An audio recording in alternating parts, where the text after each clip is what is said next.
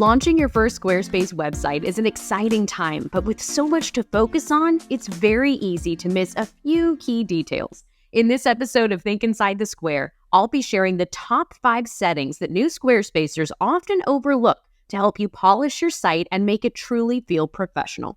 Welcome to Think Inside the Square, a podcast full of tips and tricks to help you create a Squarespace website that you're proud of.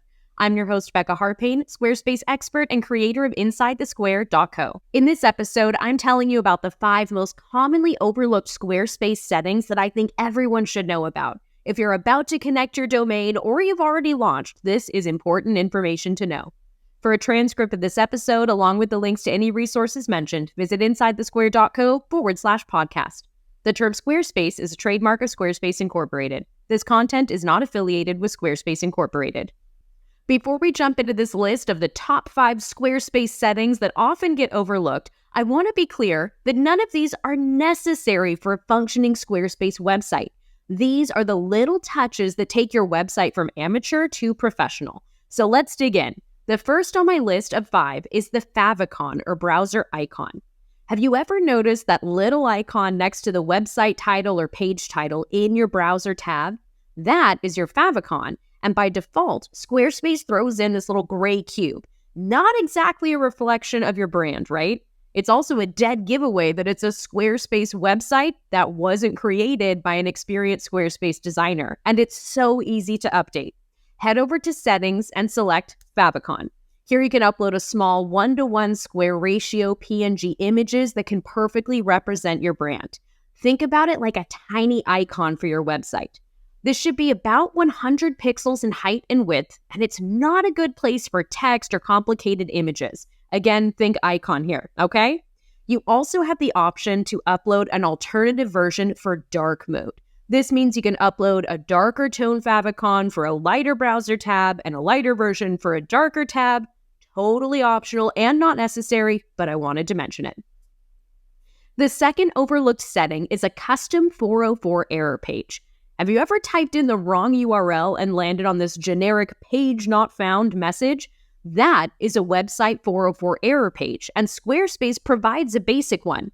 But when I say basic, I really mean it. This default page is so boring, and it doesn't have to be. It is super easy to turn this mistake into a moment that shows off your brand's personality, and you can showcase content that you want people to see.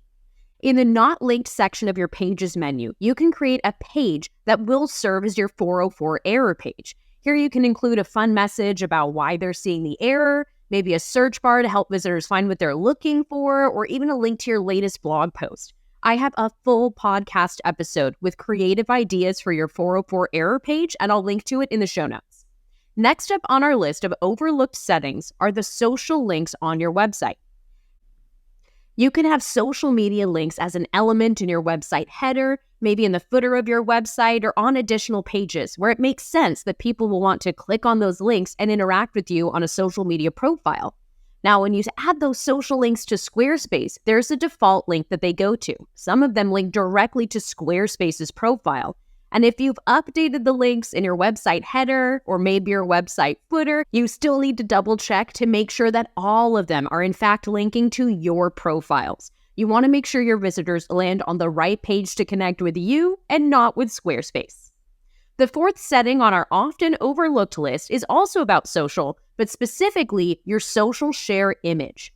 Whenever you share a link to your Squarespace website on social media, a preview image often pops up, a little thumbnail image. This is your social share image. And guess what? You can customize it for every individual page, blog post, or even individual products. Head on over to the settings, so that page, post, or product. And inside that settings menu, you'll see a social image option. Here you can upload an image that truly represents that unique content on your website.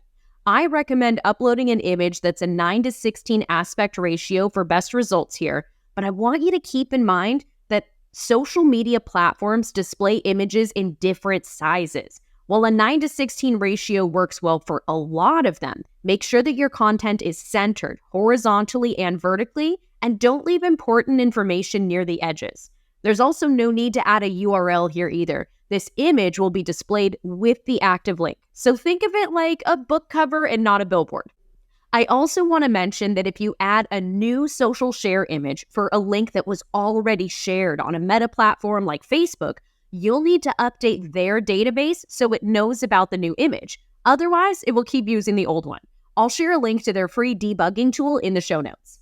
We are on to tip number 5, an often overlooked opportunity to connect with people who want to connect with you. When someone fills out a contact form on your website, Squarespace automatically displays a simple thank you message. But you can customize this message and even use HTML to add different text types or active links.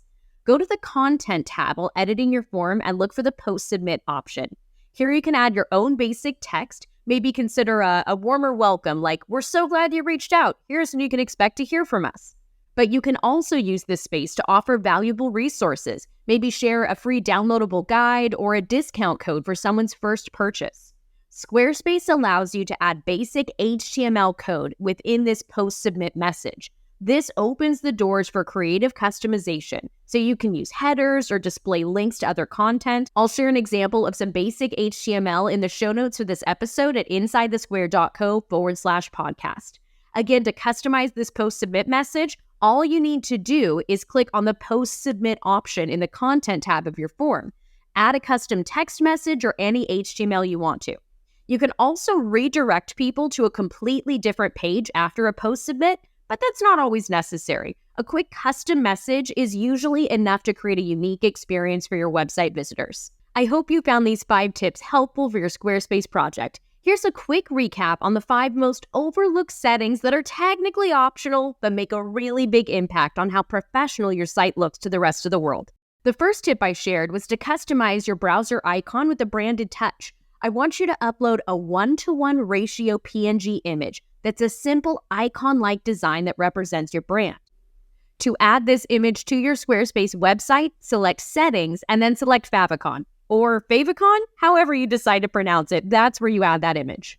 The second setting I talked about was creating a custom 404 error page so you can direct people to content you want them to see, not just a generic, boring message.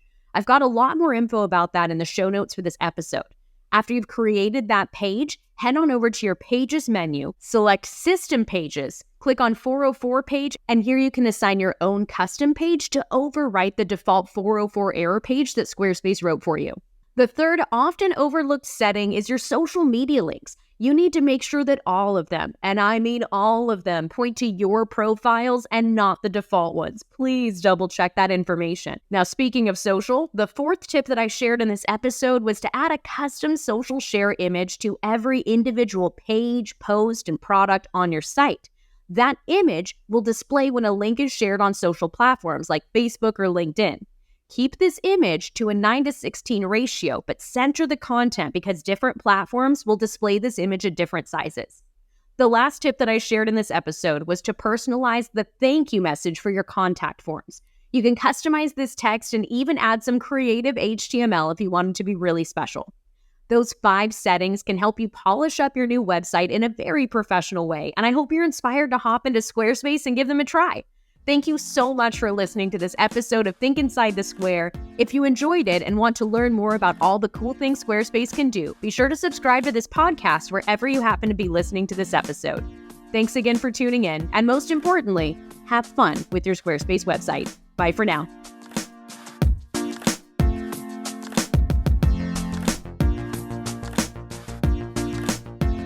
To learn more about how to make a Squarespace website that's uniquely yours, visit InsideTheSquare.co/start. That's InsideTheSquare.co/start.